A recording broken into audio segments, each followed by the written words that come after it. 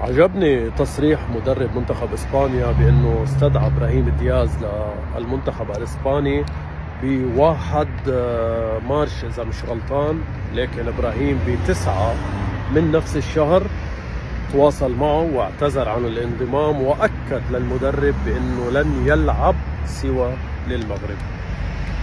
هذا الشيء بذكرني بكثير امور، لكن الشيء اللي عجبني فيه انه اسد ببلادك الاصليه ولا فرد من القطيع ببلد ربما تكون انت الخيار الثاني او الثالث او حتى الرابع، او ربما اليوم يستدعوك غدا لن يستدعوك، ولن تنال لا التشجيع ولا الاحترام ولا الحب اللي انت بتستحقه او رح يعطوك اياه ببلادك الاصليه. فتحيه لابراهيم دياز على اختياره المغرب، ومنه لطشه صغيره لبعض اللاعبين اللبنانيين اللي تركوا لبنان ليكونوا بمنتخبات اخرى، لكن خسروا لبنان وخسروا المنتخبات الاخرى.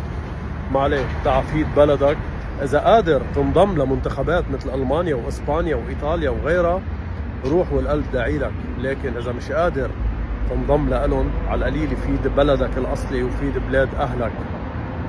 وما حدا يقول لي بدك اياه يجي يلعب على البلدي.